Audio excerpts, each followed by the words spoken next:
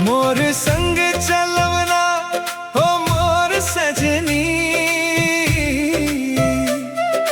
धान के मया महके गली गली रे। तोला बिना मोर सुना लागे दुनिया, आ जाना मोर संग सजनी हंस हंस के रे। धान के बैठ का मन चंदा चमके राती, तोरे नाव ले ले जगत रहव मन जागी।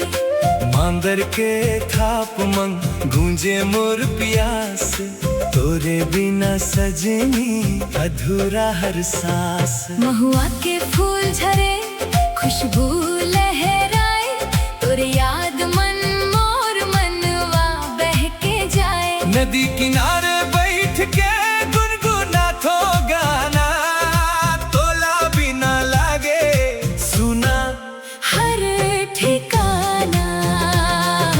मोर संग चलवना ओ मोर सजनी, धान के माया महके गली गली रे।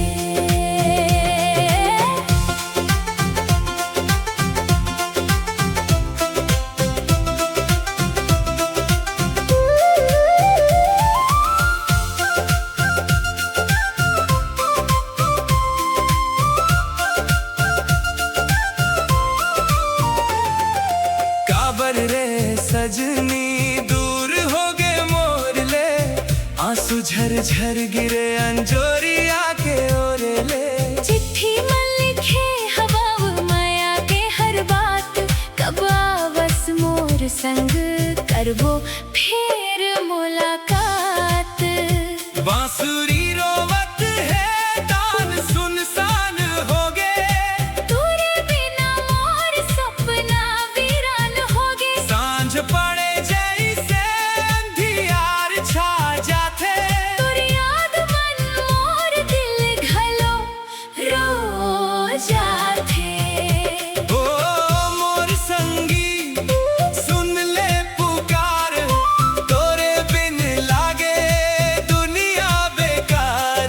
माटी के खुशबू मन बस गे हवस तू, हर जन्म मन चाहूं सिर्फ तोला ही मैं। मोर संग चलवना ओ मोर सजनी,